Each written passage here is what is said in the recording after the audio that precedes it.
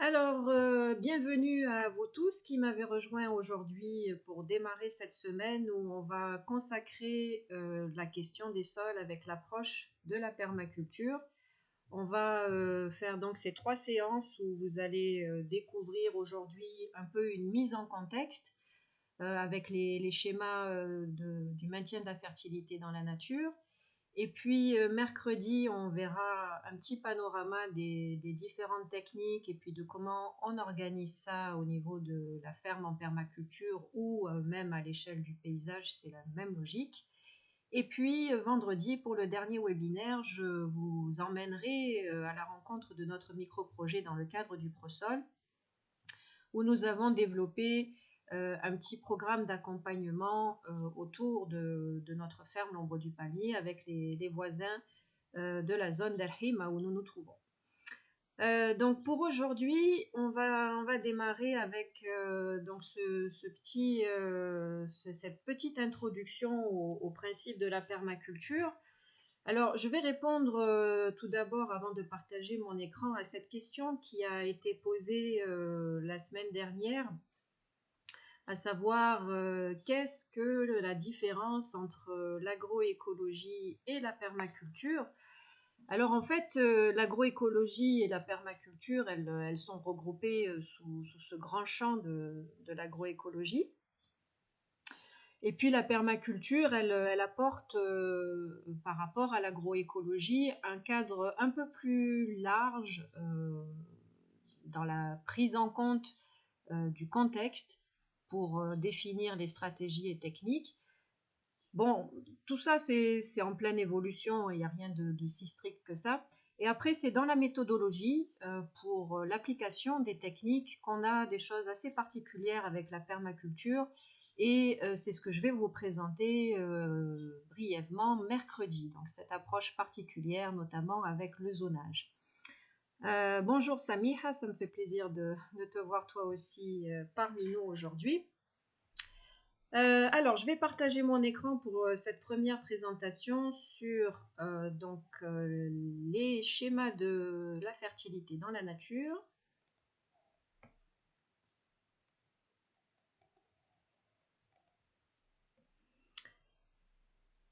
Est-ce que vous voyez tout ça comme il faut? Alors, je vous demande de l'exprimer vocalement, quelqu'un, parce que du coup, je vois plus les chats.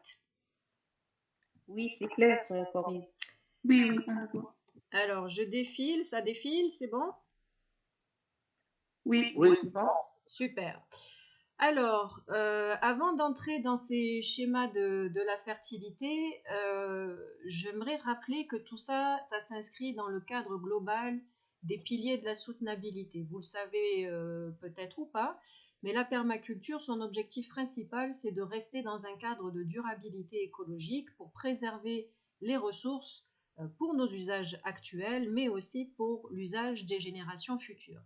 Donc tout ce qu'on fait en termes de gestion des sols, en particulier, ça s'inscrit dans ce cadre global donc du maintien de la durabilité, de la préservation des ressources, l'économie finalement, d'utiliser les ressources à bon escient et le plus sobrement possible pour s'assurer qu'on ne fait pas de gaspillage.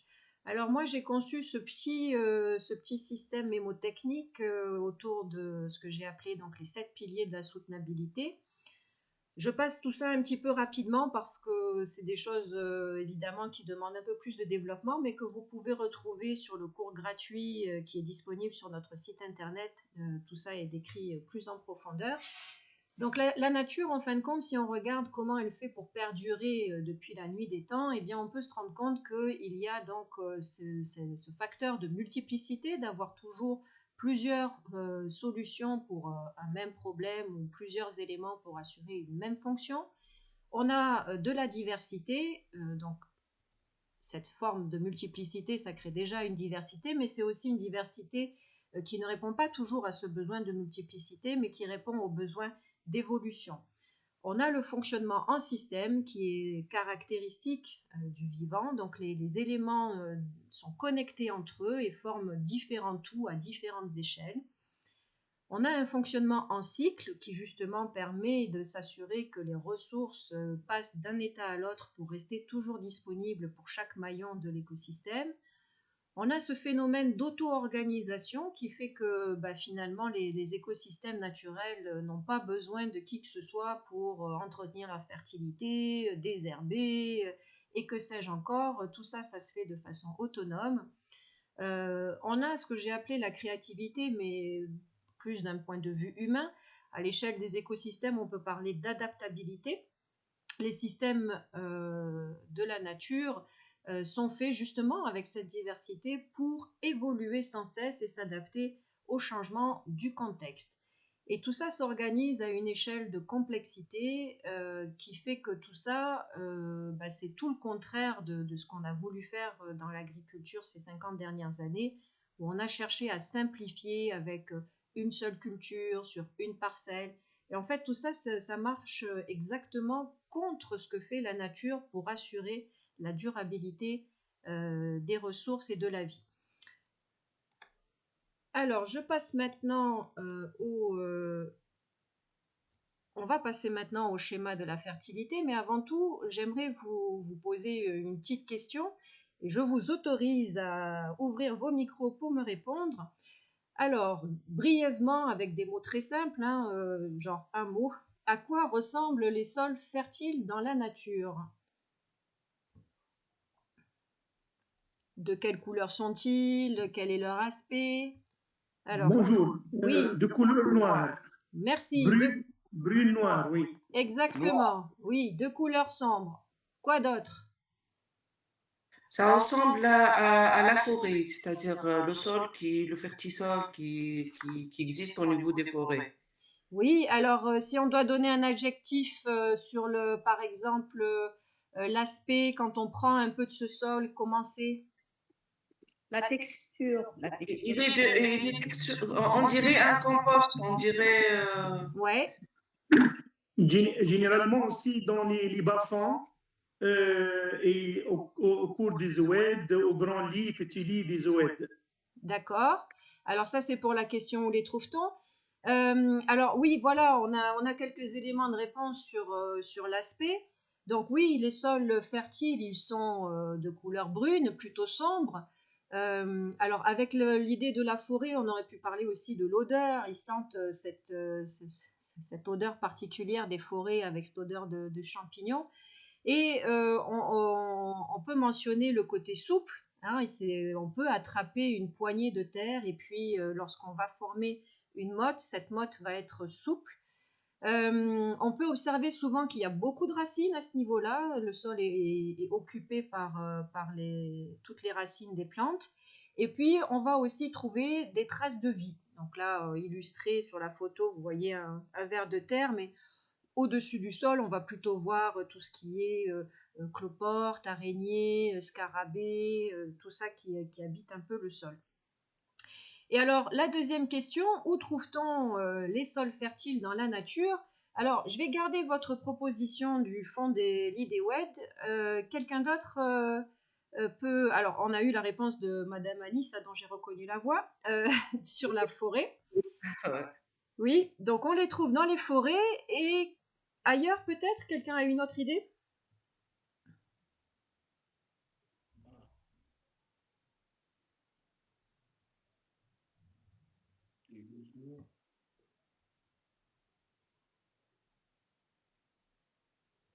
Alors je vous donne la réponse. On les trouve aussi dans les prairies naturelles.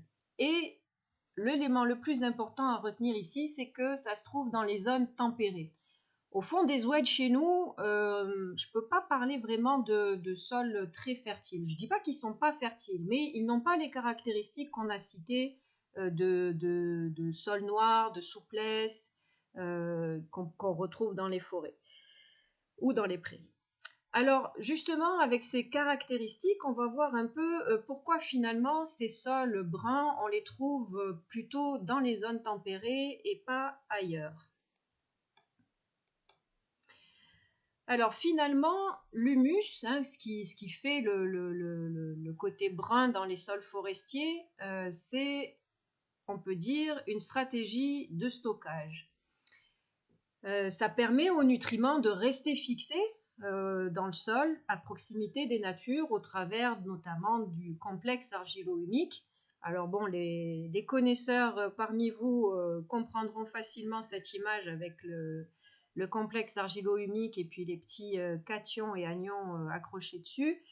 Pour les non-initiés, je vais dire simplement que tout ça, ça se passe à un niveau moléculaire et les nutriments dans le sol, ils se retrouvent sous différentes formes. Et lorsqu'ils sont dilués dans l'eau du sol, ils peuvent soit partir du sol, on parle alors de lessivage, ils vont être entraînés dans les profondeurs du sol, soit ils vont être fixés au travers de ce complexe argilo-humique, et dans ce cas-là, ils vont rester disponibles plus facilement pour les plantes. Et donc finalement, pourquoi on voit ça plutôt dans les zones tempérées? C'est à cause de l'hiver. En zone tempérée, l'hiver, la croissance s'arrête et au printemps, tout ça va redémarrer sur les chapeaux de roue. Donc au printemps, il nous vient la chaleur et l'eau. Et pour que ce redémarrage se fasse dans les meilleures conditions, il faut que les nutriments soient disponibles. Et c'est là qu'intervient donc ce rôle de stockage qui va permettre aux plantes de libérer facilement les nutriments du complexe argilo-humique pour pouvoir les absorber et pousser. Et du coup, en zone tropicale, eh bien, on n'a pas ce même besoin de stockage parce que l'eau et la chaleur sont disponibles toute l'année. Alors le stockage, du coup, il ne se passe pas dans le sol. Finalement, c'est dans la biomasse, donc dans la biomasse vivante au-dessus du sol, que se fait ce stockage. Et après, on va voir comment ça se fait pour que les nutriments soient à nouveau disponibles pour les plantes. Alors dans la photo que vous voyez au-dessus, avec deux profils de sol comparés, j'ai voulu vous parler rapidement ici du fait qu'on a longtemps cru que les sols tropicaux, certains sols étaient très fertiles. C'est l'image de gauche là qu'on voit avec le profil très foncé. Et en fait, c'est pas le cas. Ces sols foncés, finalement, on s'est aperçu que ce sont des sols artificiels qui ont été fabriqués par les communautés amazoniennes et qu'on a appelé la terra preta. Donc ces sols, ils sont le fruit de l'ajout notamment de biochar, et je pourrais vous reparler de cette technique mercredi brièvement. Parce que finalement, si on regarde ailleurs dans les forêts où il n'y a pas eu la même occupation humaine, on s'aperçoit que les sols tropicaux sont plutôt pauvres. Alors, qu'en est-il des zones arides? Eh bien, chez nous, finalement, on n'a pas d'eau, et c'est ça le facteur le plus limitant, parce que du coup, la chaleur, on l'a plus ou moins toute l'année, et l'arrêt de la végétation à cause du froid, il est vraiment très, très temporaire et de faible ampleur. Et donc, du coup, ce facteur de manque d'eau, c'est lui qui vient nous empêcher d'avoir ce stockage dans le sol ou dans la biomasse. Et alors, du coup, c'est les animaux qui prennent le relais, les ruminants, et c'est grâce à eux que la fertilité se maintient dans les espèces, parce que du coup, le biotope associé à ces zones, ça va être la steppe ou la savane arborée, et donc des espaces ouverts qui sont propices aux ruminants. Alors, grâce au fumier, finalement, on a une forme de matière qui n'a pas les mêmes qualités que cet humus ou ce compost qu'on trouve dans les zones tempérées, mais qui reste quand même une forme finalement assez stable et qui va être beaucoup moins lessivable que si les nutriments se retrouvent juste disposés sur le sol sous forme de litière. Parce que vous le savez, à cause des vents et puis le fait que nos écosystèmes soient très fragiles, la litière va avoir plus de chances d'être oxydée puis simplement fragmentée que réellement compostée et transformée en humus. Du coup, les fumiers des animaux, c'est ça qui va permettre de conserver les nutriments plus longtemps à proximité des plantes. Et puis après, avec l'eau des pluies et puis les animaux qui peuvent se développer dans les bouses, on va quand même avoir un cycle qui peut s'activer pour libérer les nutriments pour les plantes. Alors justement, stocker c'est bien, mais il faut avant tout recycler pour que les nutriments soient disponibles à nouveau pour les plantes. Alors, dans les zones tropicales et les zones tempérées, tout ça se fait par le biais privilégié de la vie du sol. C'est les habitants de la vie du sol qui vont, on en a parlé la première semaine, c'est eux qui sont l'acteur principal du recyclage des nutriments dans la nature. Alors, même dans les zones arides, hein, tout ça a lieu, heureusement, les sols sont vivants, mais vous l'avez vu aussi, l'écosystème du sol est bien moins complexe que dans les zones tempérées. Du coup, on a besoin aussi de stratégies de secours. Et comme je le disais, le rôle des animaux est prépondérant dans les écosystèmes steppiques et de savane, des zones arides. Et c'est du coup dans la panse des animaux qu'on va pouvoir trouver les bactéries qui sont nécessaires à la transformation de la matière.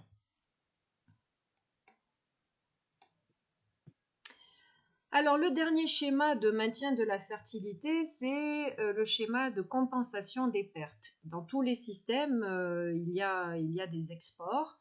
Dans les écosystèmes naturels, la nature, elle a tendance à fonctionner le plus possible en cycle fermé, mais néanmoins, il y a toujours des pertes. Et puis, c'est nécessaire qu'il y ait cette ouverture pour pouvoir, comme je le disais, avoir des schémas d'évolution qui sont nécessaires à la durabilité.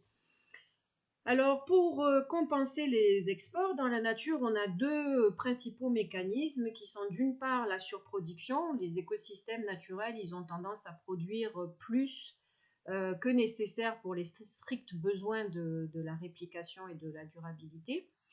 Et puis après, on a une valorisation de sources alternatives. Donc voilà, comme je le disais, cette multiplicité qui est à l'œuvre. On peut penser d'une part aux bactéries fixatrices d'azote qui vont valoriser l'azote contenu dans l'air. Et puis aussi, il y a des mécanismes qui se jouent à différentes échelles avec les courants aériens. Donc les vents, de proche en proche, ils transportent beaucoup de poussière atmosphérique et cela s'organise même à l'échelle de la planète parce que je ne sais pas si vous le savez, mais on a trouvé des poussières du Sahara sur les feuilles des arbres tropicaux. Donc tout ça, ça compense à un niveau macro les exports qui peuvent se faire d'un écosystème à l'autre. Alors voilà ce que je voulais vous présenter ici avec ces schémas de fonctionnement de la nature. Et je vous écoute si vous avez des questions à ce sujet.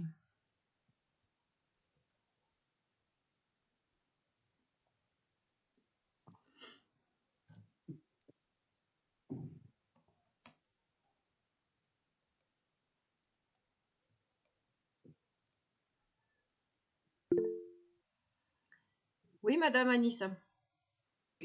Merci Corinne pour cette présentation. Je trouve qu'elle est très très claire. J'ai voulu donc de nouveau nous faire expliquer la différence entre la diversité et la multiplicité. Voilà. Oui, oui, bien sûr. C'est vrai que c'est pas toujours perceptible.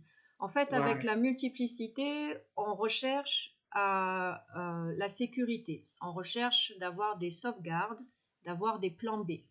Donc, on ne veut pas se retrouver en panne pour une fonction importante. Du coup, on essaye toujours d'avoir plusieurs éléments qui vont remplir les fonctions, de sorte que si un élément est défaillant, la fonction va quand même pouvoir être assurée par des éléments relais. Donc c'est ça l'idée de la multiplicité. Avec la diversité, on n'est pas tellement sur cette idée-là d'avoir des solutions de secours. On est plutôt sur l'idée d'avoir des éléments qui vont nous permettre l'évolution.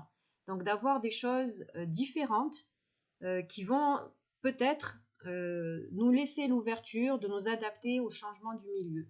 Donc c'est ça qui est caractéristique aussi de notre système à l'échelle de l'univers, c'est qu'il est en constante évolution, le contexte évolue toujours, c'est pas immobile, et donc il nous faut la possibilité de résister au changement. Donc la diversité, elle est plus là pour avoir des éléments qui sont suffisamment différents pour pouvoir éventuellement durer si le contexte change et que les éléments actuels, eux, ne vont pas pouvoir s'adapter suffisamment. Donc c'est plutôt ça. Et quand on transpose ça à notre monde humain, on peut parler d'inclusivité. La diversité, elle nous appelle à, voilà, à faire de la place pour la différence, pour être inclusif. Et cette inclusivité, c'est ça qui nous donne des opportunités de rester toujours en phase avec les évolutions du contexte. Est-ce que c'est plus Merci. clair? C'est très clair. Donc, nous devons inclure beaucoup d'éléments, les valoriser plutôt que les séparer pour atteindre cette résistance au changement.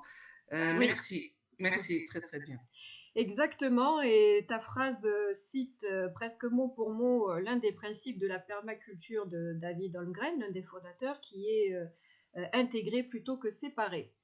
Une Voilà. autre question?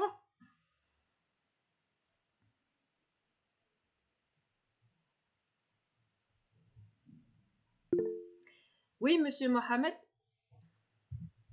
Bonjour. Bonjour.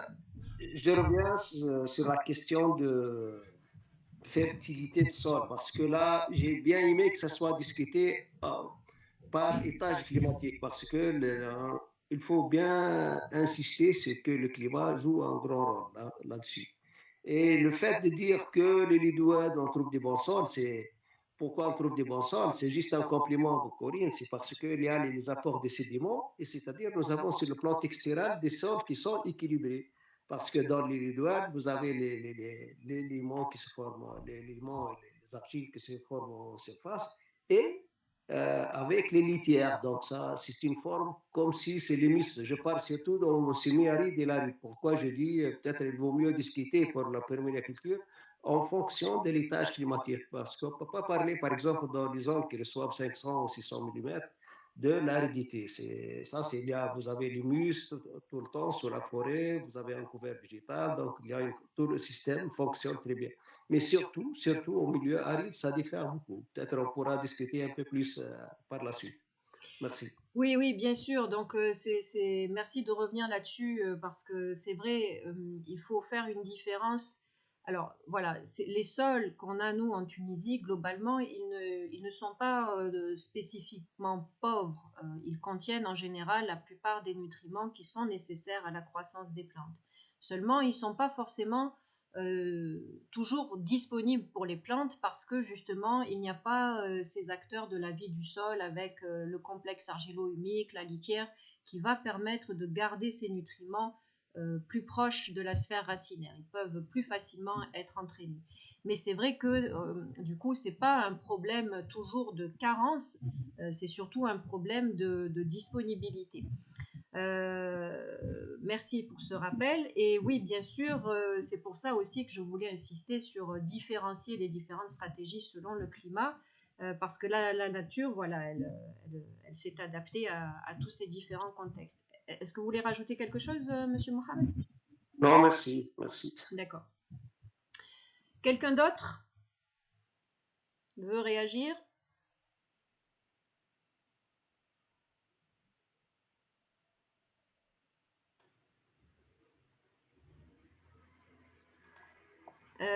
Oui. Alors, Anouar d'abord et après Yacine. Oui, juste une question. Est-ce que dans la permaculture ou bien dans l'agroécologique, on peut parler de la culture hors sol? Oui ou non? Oui, bien sûr, la culture hors sol, elle fait partie des stratégies qu'on peut employer. Alors seulement, c'est des choses qu'on essaye de replacer dans un certain contexte d'application. Et j'aurai l'occasion d'aborder ça mercredi, justement avec cette idée de zonage. Donc avec la permaculture, on n'ambitionne pas de remplacer l'agriculture par la culture hors sol. Mais ceci dit, je pense que c'est des techniques qui sont réservées à des contextes spécifiques et on aurait tort de s'en priver si jamais on peut valoriser certaines ressources à certains endroits. Merci Anouar pour cette question. Monsieur Yassine, à vous. Donc, merci Corinne pour la présentation. Juste une petite question concernant le pH. Le Oui, pH du sol tunisien. Donc, on connaît que le pH est basique pour la majorité des sols tunisiens. oui. Peut-on classer le pH comme un facteur limitant concernant la fertilité du sol? Alors oui, c'est une bonne remarque et c'est justement ce qu'on essaye de montrer avec notre approche de la permaculture, c'est que oui, dans les conditions actuelles, ça devient un facteur limitant parce qu'il est aggravé par le manque de couverture du sol. Donc du coup, au lieu d'avoir une réduction de la matière organique par les processus d'humification et de compostage, on a une oxydation plus importante qui vient contribuer à l'augmentation du pH. Et il se trouve que cette augmentation de pH va bloquer la disponibilité des nutriments dans le sol qui ne vont plus pouvoir se trouver dans une forme assimilable pour les plantes. Et souvent, c'est justement, on a cette approche beaucoup là au niveau des oliviers, par exemple, où on va chercher à apporter du phosphore dans les sols pour améliorer la fructification et tout ça. Mais la plupart du temps, c'est pas que le phosphore n'est pas présent dans le sol, c'est parce qu'il est bloqué par l'augmentation du pH. Du coup, cet apport, bon, il va compenser un peu ce blocage, mais il ne va pas réellement régler le problème de fond. Alors, c'est pour ça que nous, on privilégie toujours ces approches où on va essayer de restructurer les sols avec un apport de matière organique et surtout une couverture permanente, je vais en parler juste après là, pour justement avoir un mécanisme qui va faire baisser le pH naturellement par une acidification grâce à la teneur en matière organique et du coup remettre disponibles les nutriments qui sont a priori toujours présents dans le sol la plupart du temps dans les sols tunisiens. Oui, Yacine, vous voulez compléter?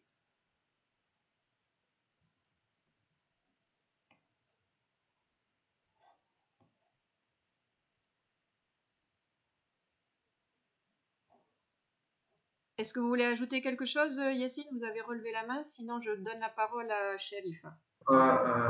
Oui, tout à fait, Colline, je suis totalement d'accord. Et nous, dans le secteur oléicole, on fait recours à l'amendement du sol par des margines. Et on sait que les margines, elles possèdent des pH variables entre 4,5 et 5,5, et ça contribue à la diminution du pH du sol et à la libération des éléments minéraux et de les rendre disponibles pour la plante. Oui, oui, alors bien sûr, mais on reste quand même dans cette logique qu'on va devoir réapporter régulièrement ces margines pour avoir cet effet de baisse du pH. Tandis qu'avec une approche de fond sur la régénération du sol par une couverture permanente et un apport de matière organique, on va pouvoir être sur des leviers durables qu'on n'aura pas toujours besoin de rajouter des amendements pour obtenir cet effet. Merci Yacine. Je passe la parole à Sherifa et après à Madame Anissa.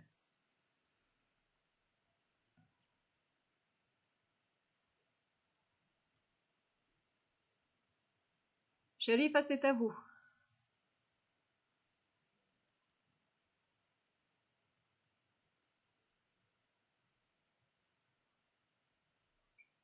Alors, Madame Anissa, à vous. Et si... Oui, madame. Ah. D'accord. Je veux réagir par rapport à l'ajout régulier de margine. Peut-être le margine, il peut constituer une source de pollution et puis il faut donc il faut faire attention pour l'ajout régulièrement parce que ça risque de causer donc le pH qui est inférieur à 7, donc il pourra donc bloquer la synthèse, voilà, le développement de certaines bactéries qui veulent plutôt donc un pH plus élevé. Ça, il faut avec beaucoup de méfiance, donc toujours régulièrement faire des analyses du sol, à mon sens. Voilà, c'est à propos du premier point. À propos du deuxième point, c'est la différence entre l'agroécologie et la permaculture. J'ai voulu donc mettre le point surtout sur deux aspects. C'est le premier, c'est le côté social qui est plus prononcé au niveau de la permaculture. Donc il y a tout un principe qui parle de. On trouve ceci aussi au niveau de l'agroécologie, mais moi, je ne sais pas si vous êtes d'accord avec moi, Madame Corinne. Ça concerne le côté social, le partage de connaissances. Donc c'est un truc qui est très prononcé au niveau de la permaculture et les petites superficies, voilà, donc tout en valorisant ce qui est existant, ce que la nature a donné, donc on essaie de le valoriser le maximum. Donc deux points qui peuvent peut-être être caractéristiques de la permaculture surtout, avec Oui, les oui, autres, voilà. oui, c'est vrai.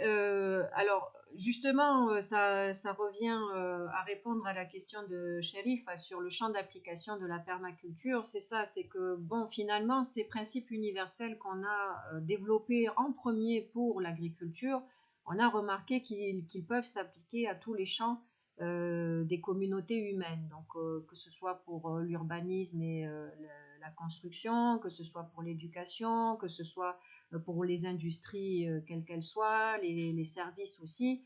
On peut appliquer la permaculture dans tout type d'activité parce que le principe reste le même. On veut inscrire nos pratiques dans la durabilité et aussi on a remarqué que si on s'attaque seulement à l'agriculture, on n'arrivera pas à ce résultat de durabilité parce que les autres aspects de nos communautés humaines, ils vont continuer la destruction de l'environnement et aussi au niveau social.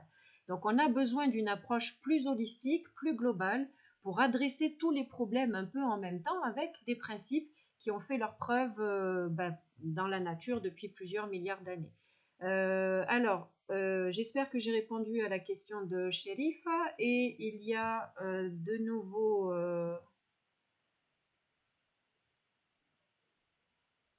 Oui, alors Shérif a dit, je ne sais pas si je comprends bien, la mission de la DG ACTA est d'améliorer la qualité des sols.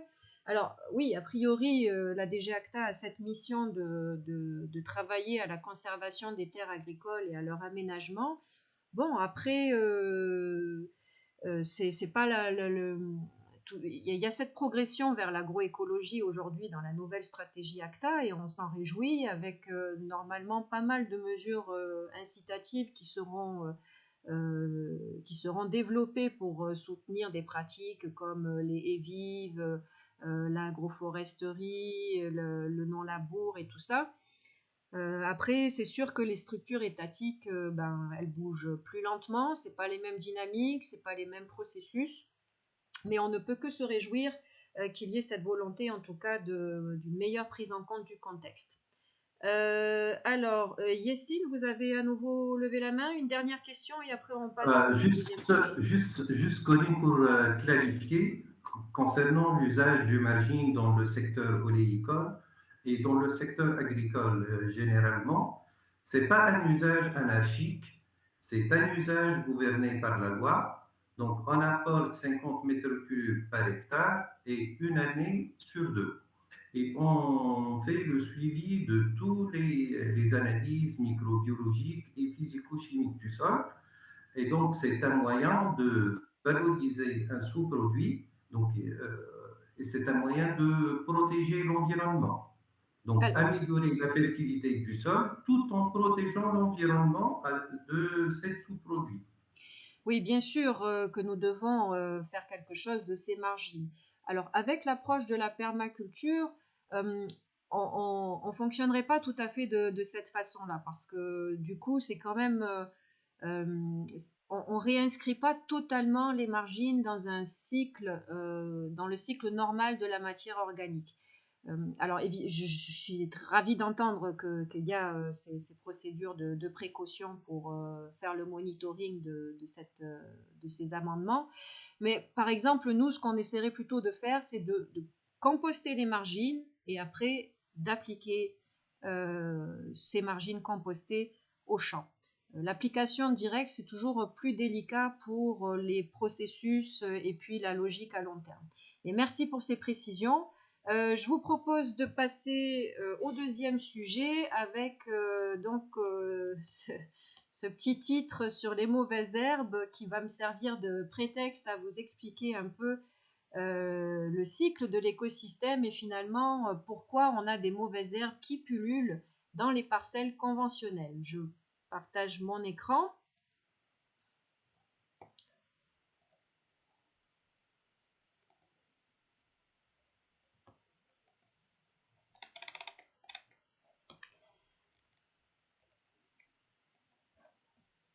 Voilà, alors les mauvaises herbes, finalement, elles sont des actrices de la régénération et on va voir comment tout de suite. Alors, un petit rappel, ou je ne sais pas, peut-être que ce sera une découverte pour certains, sur le cycle des écosystèmes. Donc les écosystèmes dans la nature, ils sont pas là tels quels, hein. Au départ, la nature, c'était qu'un caillou inerte, et donc tout ça, ça passe voilà, par ces 4 phases qui forment une boucle et qui, chaque stade revient plus ou moins rapidement et à un stade plus ou moins avancé de la boucle.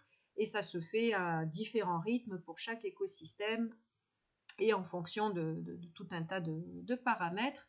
Alors, passons en revue chaque stade. Donc le premier stade, c'est un stade pionnier. Donc si on part vraiment, par exemple, d'une île qui sortirait de terre par une éruption volcanique, au départ, on n'a qu'un caillou, pas de vie. Et donc tout ça, ça va se coloniser petit à petit par les micro-organismes, les algues, et puis les algues plus les champignons sous forme de lichen.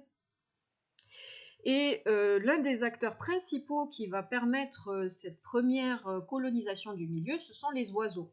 Les oiseaux, souvent, ils vont arriver sur les îles, comme ils se déplacent facilement d'un paysage à l'autre, ils vont transporter avec eux les premières graines, du matériel de type paille, débris végétaux en tout genre. Et donc, grâce à eux et leur fiente, va commencer ce premier processus d'aggradation du milieu. Ensuite, on va avoir donc des plantes un peu plus supérieures qui vont arriver, et puis petit à petit, dans cette phase de diversification qui se prolonge dans ce stade intermédiaire, avec une diversité qui augmente, plus d'animaux, et puis des cycles qui commencent à s'équilibrer avec un sol qui commence à avoir une vraie couche arable. Voilà, et donc après tout ça, ça nous amène au stade numéro 3 qu'on appelle le stade climax, donc qui est un stade d'équilibre ou d'optimum qui est censé valoriser au maximum de son potentiel l'énergie solaire. Donc c'est un peu l'écosystème que la nature produit pour valoriser cette énergie solaire avec le maximum d'espèces végétales et animales qui forment donc un écosystème le plus complexe possible pour assurer toujours la durabilité des ressources. Donc c'est le plus longtemps. Et donc vous voyez, on passe du stade de 1 à 3 par un processus de complexification. Et puis après, on ne peut pas rester toujours dans ce stade bienheureux du climax où on a en général un fonctionnement du recyclage, des cycles de l'eau, des cycles de la matière qui sont bien optimum. Mais finalement, ça peut pas durer parce que, comme je vous l'ai dit tout à l'heure, l'environnement, le contexte, lui, il va continuer d'évoluer. Et ça va se faire notamment d'ailleurs avec cette 4e phase de cataclysme qui va des fois provoquer de façon violente le changement. Mais finalement, dans ce stade climatique où on a beaucoup d'espèces, la biodiversité est à son maximum, on va retrouver des espèces qui sont hyper spécialisées. Évidemment, les niches écologiques, si je prends par exemple le cas de la forêt tropicale, elles vont être très petite puisque tous les étages sont occupés. Alors du coup, c'est pour ça qu'on va voir des espèces, par exemple, un insecte qui va polliniser un seul type de plante et une plante qui ne va pousser que dans un habitat très spécifique, comme par exemple sur le tronc d'un arbre. Et alors du coup, ces espèces, à l'état individuel, elles sont très fragiles, bien que le système, lui, à l'état global de son système, il est assez solide, parce que si cette espèce d'orchidée ou d'insecte pollinisateur disparaît, la forêt, elle, demeure. Mais ça nous met quand même dans une position de relative fragilité par rapport donc à l'évolution de l'écosystème et puis à un risque d'épuisement des ressources. Du coup, il y a des mécanismes plus ou moins violents qui vont permettre de redistribuer les cartes et puis de revenir à un stade plus ou moins pionnier entre le 1 et le 2, à force de feu, éruption volcanique, tsunami, ou tout simplement un dépérissement qui se fait sur la longueur de temps et qui conduit donc à la disparition de l'écosystème climatique. Alors, en quoi ça nous concerne avec les mauvaises herbes? Ben, finalement, les mauvaises herbes, ce sont des herbes qu'on va retrouver dans les stades pionniers. Et donc, vous le voyez avec cette image, finalement, donc cette succession écologique qui nous fait passer du stade 1 au stade 3, elle fait que chaque communauté de chaque stade prépare en fait sa propre disparition en créant des conditions plus favorables pour qu'une communauté d'espèces plus diversifiées et plus complexes se mette en place, donc jusqu'à ce fameux stade climatique. Alors, du coup, ces plantes pionnières, ces mauvaises herbes, on les retrouve et elles sont envahissantes justement parce qu'elles sont là pour coloniser les milieux dégradés.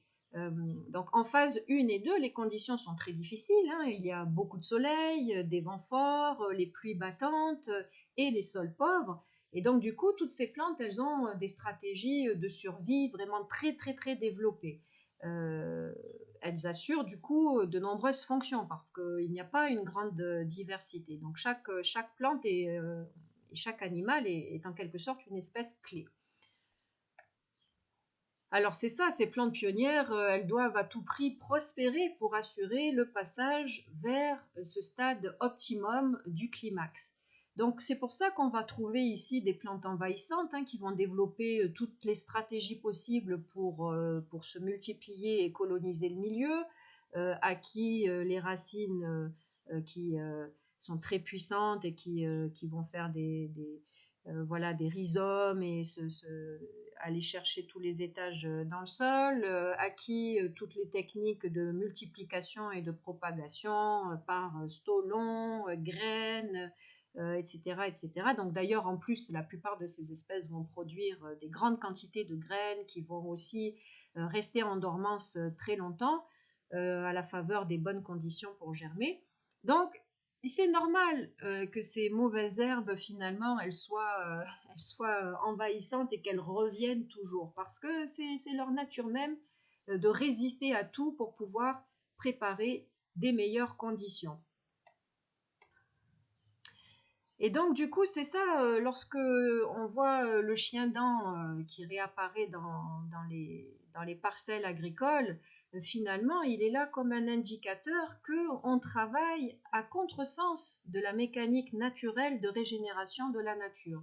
Donc, lorsqu'on a les sols qui sont mis à nu systématiquement par le labour, par exemple, eh bien, c'est ça qu'on maintient l'écosystème dans un stade pionnier. Et donc, du coup, on a toutes ces plantes hyper résistantes qui viennent à notre secours pour réparer cet état de fait et améliorer le sol en vue d'une meilleure productivité du système.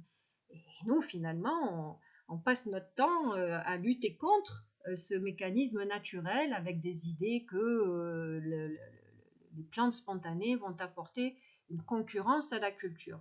Mais finalement, ce n'est pas ce qui se passe dans la nature. Même si au niveau individuel, entre deux espèces, bien sûr qu'il y a ces effets de concurrence. Si on regarde par contre à l'échelle de l'écosystème lui-même en prenant un petit peu de recul, c'est plutôt un mécanisme de coopération pour avancer ensemble vers un stade plus favorable pour la productivité. Donc du coup, l'un des facteurs clés pour la santé du sol, c'est avant tout un sol couvert en permanence, avec des plantes vivantes et puis surtout une litière. Donc idéalement les deux, hein, puisque les plantes vivantes, on veut qu'elles fabriquent cette litière pour avoir les conditions favorables après pour le développement de la vie du sol, comme on en a parlé la première semaine avec vous. Le deuxième facteur clé, c'est de garder un sol décompacté, ce qui va se faire aussi avec les plantes vivantes qui vont travailler ce sol tout le temps avec l'action donc, mécanique des racines. Et tout ça combiné, eh bien, ça va nous permettre de réactiver le cycle de l'eau et puis donc le cycle de la vie du sol qui va pouvoir être actif toute l'année. Donc voilà en gros rapidement hein, bien sûr ce que j'avais envie d'insister sur le fait que voilà aujourd'hui ce qu'on propose avec la permaculture c'est de fonctionner en réamorçant les cycles naturels et en respectant ce fonctionnement d'avoir donc le sol couvert, les plantes qui vont entretenir la fertilité durablement, comme ça se passe donc dans la forêt ou dans les prairies naturelles. Oui, voilà, Monsieur Hatem Shahid qui me dit qu'on a effectivement changé de lexique, on ne parle plus aujourd'hui de mauvaises herbes, mais d'adventices. Je sais pas trop finalement s'il faudrait pas parler d'auxiliaires comme on le fait avec les insectes qui nous aident parce que voilà, comme je viens de le dire, les mauvaises herbes sont pas du tout nos ennemis. Elles travaillent pour nous gratuitement et à nous de savoir valoriser leurs effets pour concilier nos objectifs de production et voilà l'expression de ces herbes. Oui, Monsieur Hatem, vous avez levé la main, je vous donne la parole. Bonjour madame. Merci, vous avez indiqué le mot exact, c'est la valorisation. Voilà, on doit valoriser ces plantes, toutes les plantes. Subhanallah, il nous a donné ce monde avec tout. Il a créé ce monde pour nous, les hommes. Malheureusement, nos interventions font la destruction de ce monde. Mais si on fait chaque espèce ou bien on le cultive ou on la laisse se développer spontanément et en valorisant les bienfaits de cette plante. Donc, il y a beaucoup de plantes qui ont des bienfaits, mais malheureusement, ils sont classés comme mauvaises herbes, entre guillemets, mais ce sont des plantes spontanées qui se développent dans le champ cultivé. Voilà. النباتات النامية في غير محلها وكهو. Merci pour la clarification, mais un champ très vaste, c'est la valorisation des bienfaits de toutes les plantes. Voilà, on doit valoriser ces plantes. Merci. Oui, une très bonne remarque et en effet, toutes les plantes ont des vertus et ça nous appartient de les mettre au jour et d'en faire des forces plutôt que des problèmes. Madame Anis, je vous écoute. Oui, merci Madame Corinne, c'est très très intéressant ce que vous venez de présenter tout à l'heure. Je remercie également la remarque de Monsieur Chéridi Hatem aussi. Je rebondis sur le fait de de valoriser les espèces, mais avant de les valoriser, c'est de connaître les vertus en suivant les résultats des recherches, par exemple, par exemple, je cite par exemple certaines, comme l'ortie, par exemple, c'est une adventice qui a beaucoup de vertus, entre autres l'élaboration des substances allélopathiques, donc qui peuvent aider la plante compagnie ou bien la plante qui est à côté et lui donner donc des substances qui lui aident à l'assimilation des éléments minéraux, etc. Il y a donc de multiples donc, adventices avec leur effet bénéfique et qu'on doit les connaître avant de les valoriser. Ça, c'est le premier point. Le deuxième point, j'ai beaucoup apprécié votre présentation qui concerne la diversification et le fait que les plantes donc, cherchent le point climax. Donc, c'est au fait la résilience que tout le monde cherche aujourd'hui et qui veulent donc trouver un moyen pour faire la résilience des écosystèmes. Et bien, la résilience, et comme le montre Madame Corinne, c'est en fait une résilience naturelle qui vient par les différentes phases du cycle que vous venez de le présenter. Donc, nous comme des personnes, des agriculteurs, par exemple, ou bien des chercheurs, nous devons donc connaître, s'approcher le maximum de ces mécanismes et les imiter. C'est-à-dire, nous allons trouver des pratiques qui se rapprochent à ces pratiques naturelles et qui sont là et qui sont excellentes.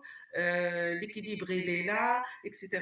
Donc, si nous pratiquons, nous connaissons exactement les principes le passage de ces phases, nous arrivons à atteindre une résilience, chose qui est très difficile, qui demande beaucoup, beaucoup de moyens pour assurer ces 4 phases. Donc, merci Madame Corinne pour toucher cette capacité de résistance des plantes dans les conditions défavorables dans la phase 1 et 2 et pour atteindre le stade climax, donc atteindre la résilience. Nous avons bien compris aujourd'hui avec vous cette notion de résilience des écosystèmes. Oui, merci. Donc, évidemment, Mustapha nous dit dans le chat que oui, on a passé beaucoup de temps à nous convaincre de lutter contre les mauvaises herbes et qu'aujourd'hui, malgré qu'on fait un peu machine arrière, on n'a pas encore de véritable campagne pour valoriser ces plantes et puis arrêter de les enlever, de les détruire. Écoute, on est là, nous, à l'ombre du palmier, pour essayer de combler ça avec nos petits moyens. Et justement, avec tout ça, on espère arriver à dépasser ces anciens réflexes qui nous ont conduits dans l'impasse. Donc, n'hésitez pas à partager cette information dans votre entourage. Hein. Comme je l'ai dit, les webinaires, là, ils sont en accès libre. Alors, vous pouvez les partager librement. Et on est à la disposition de qui veut approfondir le sujet avec nos formations sur la fertilité durable et la permaculture en général, bien sûr. Alors, il y a une question que je n'ai pas répondu de Madame Latifa Yahya qui demandait comment composter le margine. Bon, je ne vais pas pouvoir expliquer ce procédé parce qu'il n'y a pas non plus beaucoup d'expérience à ce sujet. Donc ça devrait faire un peu un processus d'expérimentation que j'espère mener d'ailleurs dans le cadre d'un projet Prima. Et votre deuxième question en tunisien, si quelqu'un veut bien me la traduire parce que là, mon tunisien ne sera pas assez efficace pour que je traduise ça rapidement. Si quelqu'un veut ouvrir le chat et me traduire la question de Madame Latifa. Oui, Madame, elle me demande sur les vertus de chien dent. Ah oui, voilà, d'accord. Alors, merci. Okay. Donc, je profite, elle envoie son email et peut-être je trouverai beaucoup de documents sur le chien dent. C'est une plante poacée et chaque plante a des vertus, même allélopathiques contre d'autres plantes. On peut le valoriser si on ne le valorise pas dans le compostage. Par exemple, dans les olives s'il y a un problème dans les oliveraies à Sfax, par exemple, معناها, ils ont réussi à survivre معناها, comme oliveraies et éviter le problème des chiens dents par l'utilisation de matériel mécanique, mais le chien dent peut être valorisé autrement. Merci. Alors, je réponds rapidement à cette question sur le chien dent parce que quand je dis dans les formations que c'est mon ami, je vois tout de suite les gros yeux des agriculteurs. Lorsqu'on n'a pas de culture comme les légumes qui vont effectivement souffrir beaucoup de la compétition de cette plante pionnière très très vivace et résistante, le chien dent dans les oliviers, il ne fait pas du tout une mauvaise compétition avec les arbres. Au contraire, il va apporter cette protection du sol avec ses racines puissantes et qui vont décompacter et apporter directement dans le sol de la matière organique avec le processus de mort des racines. Et au niveau supérieur, au-dessus du sol, le chien dent, il produit quand même beaucoup de biomasse. Alors moi, j'ai des endroits où il prospère bien sur des buttes anti-érosives et je ne le touche jamais. Et lorsque j'ouvre un peu ces touffes de chien dent, je trouve vraiment une litière très très abondante. Et sous cette litière, le sol commence à se régénérer tout seul. Je peux gratter le sol avec mes doigts et attraper une poignée de terre, chose que je ne peux pas faire là où le sol est resté nu et qu'il s'est compacté beaucoup. Alors, rapidement aussi, le chien dent, sinon, il a des vertus médicinales, c'est un produit diurétique. Ses racines ont longtemps été utilisées pour fabriquer des brosses, et puis c'est un excellent fourrage. Je passe la parole à Yessine d'abord, et puis Samiha après. Merci Corinne. Donc, concernant le compostage du margine, donc le margine, il est formé essentiellement de 90% d'eau et il est riche en matière organique, il est riche en nutriments, essentiellement le potassium. Donc, on peut utiliser comme un moyen d'irrigation du compost. Donc, on peut mélanger tout ce qui est carboné avec tout ce qui est azoté et on irrigue avec de la margine. Quoique, les margines sont riches en polyphénol. Donc, il faut bien choisir la période où apporter de la margine et ça, la recherche, elle n'a pas encore abouti à cette réponse. Donc, ajouter les margines pendant la phase mésophile ou après la phase thermophile, ce sont des questions que nous sommes en train de les traiter maintenant à l'Institut d'Olivier. Merci Yacine pour ces précisions. Ça d'un côté. D'un autre côté, les adventices. Les adventices, donc effet bénéfique concernant la structure du sol, concernant l'aération du sol. Mais le problème, c'est en Tunisie, nous avons des sols qui sont peu fertiles. Est-ce qu'on peut remplacer ces adventices par une couverture végétale qui peut être bénéfique pour le sol, à titre d'exemple les légumineuses? Oui, alors, bonne remarque.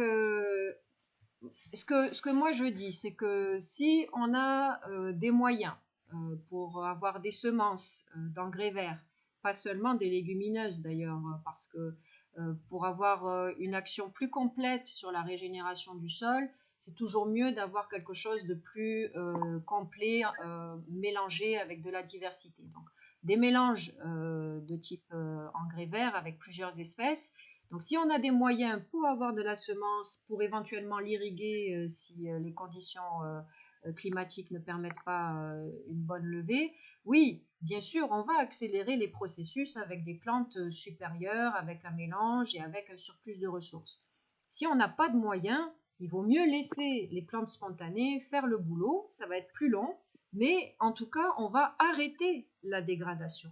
Donc, on met fin au processus et la régénération s'enclenche et c'est un peu plus lent, mais ça fait le boulot. Donc, quand on n'a pas de moyens voilà, spécifiques pour améliorer ou accélérer avec des semences voilà, de qualité, de l'irrigation ou quoi, il vaut mieux en tout cas ne rien faire et laisser les plantes pousser. Samiha, à toi. Oui, merci Corinne. Concernant le chien d'ombre, j'ai voulu dire que comme vous l'avez dit, il ne représente pas un grand ennemi pour les arbres surtout. Mais si c'est nécessaire pour les jeunes plantations, on peut le désherber manuellement ou mécaniquement et l'utiliser comme paillage. Il est très très efficace. Il prend du Oui. temps pour se décomposer. Donc, il va faire son rôle en tant que paillage et puis il va se décomposer et devenir un engrais pour les arbres. Voilà. Oui, en effet. Alors nous aussi, on fauche régulièrement notre chien-dent pour le composter et puis calmer un peu sa compétitivité avec les jeunes plants, c'est vrai. Ce qu'on a remarqué aussi, c'est que lorsqu'on plante des jeunes plants d'arbres et qu'on les habitue assez rapidement à cette compétition, en fait, tout ça s'organise assez vite et finalement, les mécanismes de coopération prennent le relais sur ce premier effet de compétition. Oui, merci Samira pour cette précision. Madame Anissa, vous? Oui, j'ai voulu donc ajouter quelque chose, à part le fauchage, à part le fait que le rendre comme étant un paillage, on pourra même couper la plante et laisser les racines parce que le fait d'avoir plusieurs dimensions de racines au niveau de la couche arabe surtout, c'est toute une vie, il y a des micro-organismes qui ont été nés là-bas, donc ils ont pris toute une vie autour des racines. On pourra donc juste couper le chien-dent et je suis toujours avec l'association, Madame Corinne et tout le monde, donc je suis toujours avec l'association des pratiques, c'est-à-dire le fait de combiner, par exemple, utiliser cette technique-là avec l'usage des fertilisants tels que la margine ou bien le biochar, qui est excellent pour donc Oui, maintenir cette fertilité du sol. Moi, je dis que il faut combiner toutes les pratiques pour arriver à ce résultat. Voilà, merci. Le résultat de la exactement. résilience et de la... Oui, exactement. C'est ça aussi qu'on fait avec notre approche de permaculture, c'est qu'on combine plusieurs techniques et plusieurs éléments pour arriver à accélérer les processus de régénération, mais toujours dans l'idée de simplement réamorcer les cycles et après, notre intervention doit diminuer parce qu'une fois que les cycles sont opérationnels et optimum, notre seul rôle consiste à maintenir cet état et diminuer beaucoup nos interventions. Alors, il est l'heure, 13 heures, à moins qu'il y ait une question urgente. On va se quitter pour aujourd'hui. Oui, Hatem? Oui, juste pour répondre à la question de Madame Latifa. Donc, beaucoup de vertus médicinales et même industrielles pour les deux plantes évoquées. J'ai envoyé des documents à son email. Ok, merci. Oui, merci beaucoup, Hatem, c'est très gentil. Yacine, une dernière Juste, question. juste concernant, c'est hors sujet, c'est concernant la salinité de la margine, elle provient essentiellement de la surcharge en potassium. C'est pas de la surcharge en sodium. Donc, de point de vue salinité, il n'y a pas grand problème pour le sol, suite à l'apport de 50 mètres cubes de margine une année sur deux. Oui, merci pour ces précisions. C'est toujours utile d'avoir voilà, des données précises issues des études scientifiques. On a besoin de toutes ces données pour mieux comprendre nos marges d'action. Alors, ben, je vous remercie tous. C'était très riche comme discussion. J'ai beaucoup apprécié vos interventions, vos questions. Je vous donne rendez-vous ben, mercredi. Pour pour donc parler des différentes techniques et puis de leur contexte d'application selon la vision de la permaculture. Bonne fin de journée à tous! Et Taïba, Shaya Taiba. Merci à tous. تمام